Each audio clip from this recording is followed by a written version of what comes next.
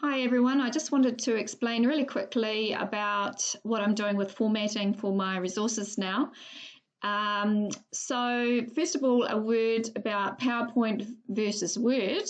So just looking at this here. So what I do is I go into PowerPoint and I resize it as an A4 page. So if you're wanting to do that, it's 8.5 by 11 inches. And why do I do it? Because I can place text and graphics anywhere on the screen. All right, so it just makes life so much easier. Once you go to PowerPoint, honestly, you'll never go back to Word to create your resources. I prefer Microsoft over Google to create resources because it has a lot more toys that you can play with. Now, for my resources, as of the latest resource, which I'll show you in a minute, I now supply only a PowerPoint version and a frozen, or also known as interactive Google Slides version. Now, here's why. From the PowerPoint version, because Google and Microsoft now play nicely together, you can easily upload it to your Google Drive so that it becomes a Google slide. If I do something in Microsoft Word, it will upload as a Google Doc, obviously. So that's really easy. Give it a quick once over just to make sure the formatting is okay, but generally it uploads perfectly. So there's no point in me giving you a link to a Google Doc anymore. The other thing you can do is, again, I used to supply you with a PDF version just because it locks things down. Honestly, you can easily just go to your PowerPoint version and save as a PDF. So let's have a look at this one here. This is the latest resource. So you purchase this, you just go up to File, save a copy, and go here and change this to a PDF, and you're all sorted. All right, so very, very easy to do that. So let's get back to my little whiteboard here. Now, the other thing that you get is the frozen Google Slides version. Now, I figured this is the thing that would take teachers ages to do. And why have I done it? So that it locks things down when you send things to students. I prefer Google to share documents with students, but then they muck around with it, they change the format, they accidentally delete things, and then you're toast. So I'll show you what I mean in a minute. Let's just click on to the latest resource. So this is, thank you to Peter Boyle from Aquinas College, who gave me the idea for this, where students, so this is for 2.4 writing, students write a letter to COVID about the effect that it's had on their lives.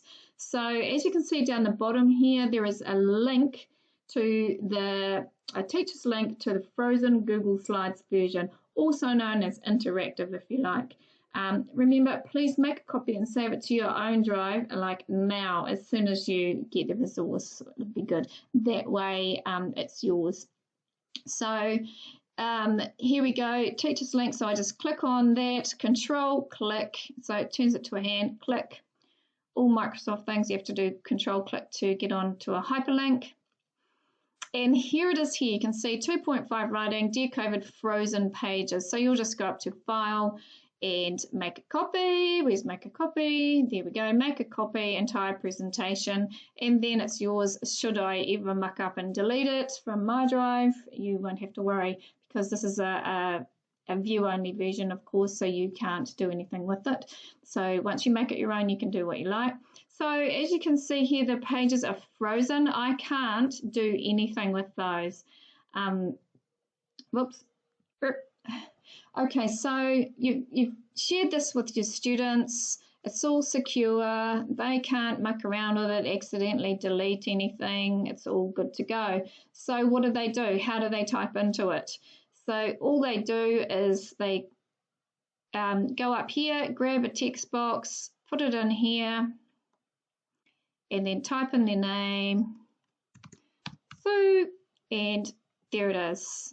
So that's all they do. They can put arrows in, they can put a shape over something and to highlight it, whatever they like. Okay, so it's all good to go. All I do is I insert a background, screen snip the page and insert it as a background. So you guys could do that if you wanted to create your own, but it is time consuming. And here's the catch. The catch is we go to the second page, table of contents. If I did that, if I screen snip this page from the original document, inserted it as a background, all of those hyperlinks would be toast. So at the moment, they can just click on a part of the table of contents and go straight to that slide. So we don't want that. So I have not frozen the table of contents page. Pages like this, however, you can see that there is a hyperlink there. All I've done is I've inserted a shape over the top and created a link in that shape to the right place.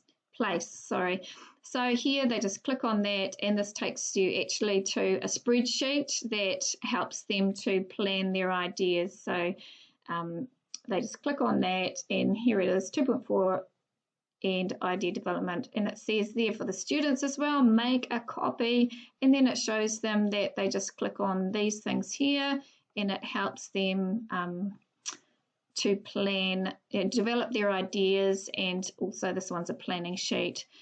Check this out.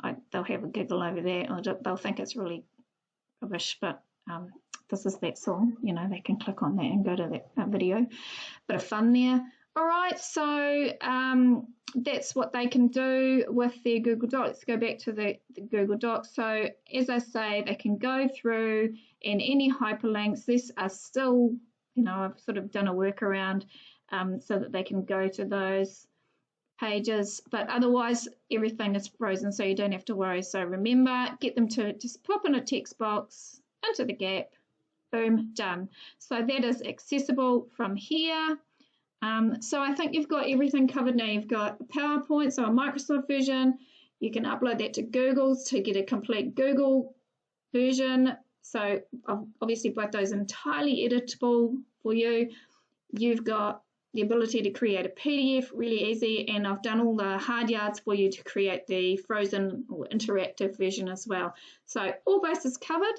I'd love your feedback, sue@driveresources.org. That would be fantastic. See you later.